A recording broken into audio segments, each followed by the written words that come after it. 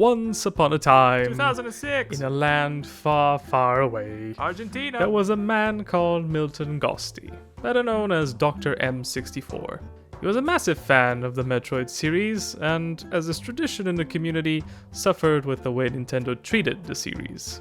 He wanted to make a game and thus thought that crafting a remake of Metroid 2 in the style of Super Metroid, the Holy Messiah, would be the best way to start in video game development, which proved to be difficult for our hero seeing as he had no coding experience whatsoever.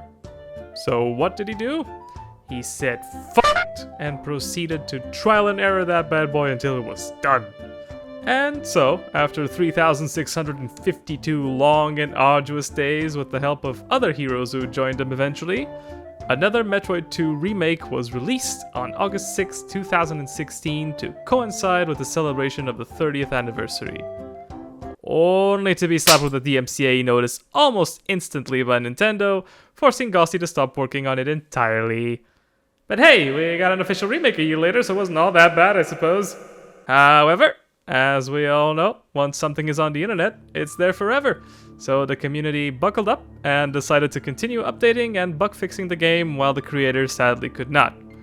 This is AM2R, and thank God for that because this intro is long enough. Jesus fucking Christ.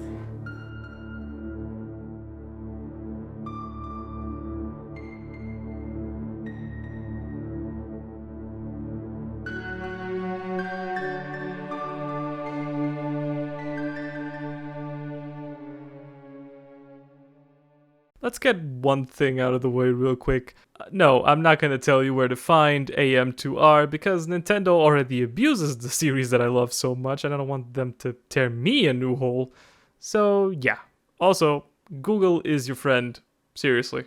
The first time I heard about the game was when it was released. The Metroid community at the time was quite displeased with Nintendo due to them spanking a DMCA on the game's bum almost instantly. Although, at the time, we didn't know that Nintendo was currently developing the official Samus Returns remake on the 3DS, so it was a bit of a stinky situation. But after Nintendo announced the game and its eventual release the following year, everything made a little bit more sense and all was forgiven. Except the part where we don't have Prime Trilogy on the Switch yet, which is a goddamn crime. It wasn't until 2020 and the wonderful lockdown, however, that I truly looked into it and gave it a proper try, and man, I was incredibly impressed with it. On my first playthrough, I clocked in almost 5.5 hours on normal difficulty, and I only found about 72% of the items. Trust me, I was taking my time and checking every single corner of every single area. Going for 100% will probably take you 7 to 8 hours, which is quite nice and generous for, well, a free game. I imagine if you play on hard mode, your playtime will be even longer than that, but I hear it's absolutely no joke, so definitely be advised on that front. Starting off with the options menu, it's frankly amazing. From turning off the low energy noise to switching aiming controls and even putting on an 8-bit shader.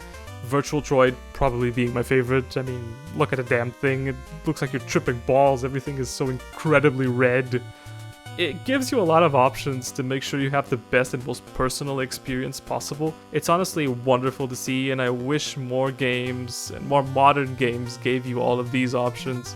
For this review, I played the game on normal difficulty with a PS4 controller, which you're gonna need DS4 Windows to be able to do so, because sadly the game doesn't really recognize a DualShock 4. But I do feel the best way to experience this would be either with a Switch Pro controller or even an 8-bit DO SNES controller. I have a few friends that recommend this controller for retro gaming, so why not give it a go, I suppose. In the end, just play on what you're most comfortable with. Also, no, this isn't sponsored by 8-bit TO, but hey, if they want to sponsor me, I'm not going to say no. I'm running out of plates and books to eat. Speaking of books, the plot here is fairly straightforward. After Samus spanked Mother Brain and destroyed all Metroids on planet Zebes, the Galactic Federation decided that the Metroid species is far too dangerous for the galaxy, and wants to Order 66 them. You know, casual genocide. Woo! And so, once again, they hire our protagonist Samus to go straight to their home planet of SR-388 and kindly ask them to unlive. And that's pretty much where our adventure begins. As with most Metroid games, the plot here stays on the sidelines while the gameplay takes center stage and shines. However, over the course of the game, your suit will scan environments, objects, bosses, enemies, and put interesting lore about them and the planet itself in your logbook, which I thought was a very cool detail for those that enjoy immersing themselves in the lore of a franchise, because it definitely adds to the dark atmosphere of Metroid itself. So, we get our badass intro out of the way, and sure enough, it's a Metroid game. I'm not entirely sure what you were waiting for. The Goonies? As soon as the game started, I felt right at home with the controls and how Samus handled, from shooting in 8 directions to setting down bombs in Morph Ball to get to higher places. It was incredibly responsive and fantastically fluid. They really nailed the movement aspect in a Metroidvania, which is very important. Although sometimes with certain movement upgrades, it could become too fluid, to the point where I would be jumping around faster than Mario on Coke or floatier than a Jigglypuff main stalling in Smash Bros. But it never happened often enough where it would be more than a slight annoyance, really. With the movement being as good as it is, traversing and exploring the planet feels completely great.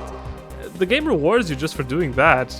Look around every nook and cranny and you might find yourself a missile tank or even an energy tank to help you out. Some are obviously harder to find than others. Some might even have a little puzzle behind them that you have to solve. Of course, they didn't forget to include the classic item acquisition fanfare.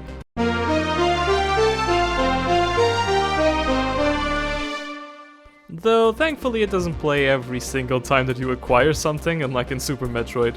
Regular upgrades always get the fanfare, which is fair enough. The map is incredibly useful for exploration purposes, as it not only puts a little empty circle on the room where you missed something, it also allows you to put a little marker wherever you want to serve as a reminder to come back to a certain area later on. Of course, to me personally, the biggest advantage here is that I don't have to draw a frickin' map. Oh, the horrors. The areas and backgrounds themselves look great. There's so much personality here.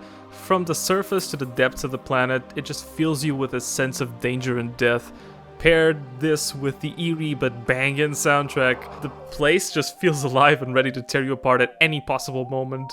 Honestly, sometimes it feels like something straight out of an Aliens movie. The atmosphere is just perfect for a Metroid game. Of course, these games are not just about exploring and sightseeing. Outside of these things, your main mission is to spank the Metroid species into extinction. So there's a nice counter next to the map telling you how many you still need to find and destroy before you're allowed to proceed deeper into SR388 to spank some more of them. The first time you fight and meet Alpha Metroids can be a bit hectic until you get the hang of how they move around. Sometimes they're pretty hard to fight, other times they get stuck on a platform or you manage to stun lock them into place with nicely timed missiles. You have to be careful though, because these guys evolve as you progress through the game. They grow in size and intelligence, and they gain new abilities in the process, along with their quote-unquote arena changing to make the fights more challenging for you. There were a few times where I found that the arena itself was more of an obstacle than the Metroid itself, sometimes to a frustrating degree, but these changes in the end mean that you, the player, need to adapt and fight accordingly, which I found to be quite well done. After you defeat these guys and the counter reaches 0, the ground starts shaking and you get new and deeper areas into SR388 for you to explore, which also means more Metroids for you to spank. Of course, these aren't the only guys you'll face during your adventure. Besides these mini-bosses, you'll still find the usual big bosses, the big honchos that are holding certain upgrades hostage or just barring your way in general. They each have their own little gimmick that can be annoying until you figure it out, but I suppose that goes for most video game bosses anyway, so it's not that much of an issue. There are 3 endings, but I use the term ending loosely because whatever screen you get at the end is mainly dependent on how fast you completed the game, so technically there is no good or bad ending. There is a secret ending if you get 100%, but shh, you didn't hear that from me. Still, there was much love and care put into these, so I'd say try to get all of them. After you finish the game, you get access to New Game Plus and Randomizer. These 2 modes were included thanks to fans who continued updating and bug fixing the game after it sadly got the DMCA hammer. I myself was extremely happy to see the Randomizer implemented into the game, because it's such a fun way to give more replayability to any game really, and with the amount of seeds that it can come up with, it's pretty much infinite replayability. It's great. All in all, AM2R is the definitive Metroid 2 experience, and a great one at that. I couldn't really find anything to complain about, honestly. I genuinely had fun from start to end. I tried my best not to spoil some areas, bosses, enemies, because I feel like this game is worth playing and experiencing for yourself as blind as possible. The background art is amazing and really immerses you, the soundtrack is well done and perfectly adds to the creepy feeling of being in an unknown and dangerous planet. And honestly, the gameplay is incredibly solid, exactly what you'd want out of a 2D Metroid game, bar a few frustrations with the movement and Metroid mini-boss arenas. Should you play this remake over the original on the Game Boy? I would say yes. Between the two, this is easily the best version of the game. Not only do you get the main game, you also get the randomizer and other difficulties to keep you coming back for more, not to mention that it's free. However, if you really want to compare the two, you can always just play the original first and then play this one. I'm not the boss of you can do whatever you want. If you're a newcomer to the series or looking to get into Metroid, I'd honestly start by playing the original Metroid on the NES or the Zero Mission remake on the GBA. Either way, it's fine. After that, you can play this one, followed closely by Super Metroid on the Super Nintendo and then Metroid Prime on the GameCube. I feel like these games are the best way to introduce newcomers to the franchise and pretty much welcome them into the pain that is waiting for Metroid Prime 4. So what are you waiting for, really? Go play it. It's great, it's free, and you'll have a grand old time. Do it. Do it now. Do it! Hey folks, thank you so much for watching until the end. I really appreciate that. This is the first time I'm doing something like this, and it most likely shows. I wasn't entirely sure how to do this. I wasn't entirely sure how to structure something like this because it's pretty much the first time I'm ever doing a video review. So yeah, probably not my best work, but you know what they say, your first video will always be poopy, and then you learn as you go. But yeah, I'm looking forward to maybe doing more of these and learning as I go. Editing and Jesus, even the script writing for this was hellish. I had no idea how to structure anything. It was complete and utter chaos. Writing the script alone took me like a week and a half, and even then I still think it was garbage. But in the end, I think the thing that took me the most time was most likely the editing. Because it's been years since I've actually edited anything. I had to get the software again. I had to familiarize myself again with all the tools and everything. But slowly but surely I eventually got there and I started trying new things. So it took me like 2-3 weeks to edit this. But yeah, the fun part about video reviewing is definitely the recording of the footage.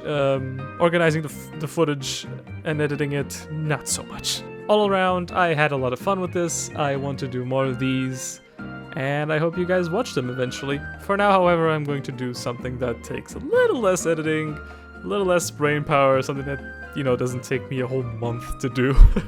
So it's probably going to be some Let's Plays that don't really need that much editing. I'm still going to enjoy myself because this actually is helping me a lot, frankly, with my anxiety and everything going on right now in the world, and I'm enjoying it. I wanted to also stream and do other things, but sadly I can't do that right now, so all that's left to me is video editing and, video recording. And I'm fine with that, to be honest. I'm okay with that, and soon enough things will be better. I'm hopeful. 2020 is way back there now. So yeah, here's hoping 2021 finally ends this whole pandemic thing so we can go back to our normal lives, or at least have a little bit of normal back into our lives, I suppose. With that said, I'm going to do the usual YouTube thing and ask you guys to like, subscribe, and hit that bell button and do a backflip and all of those things if you guys would like to see more. I also have a Twitch and a Twitter. You guys should follow me there if you want some updates on new videos and, other ramblings that I might have.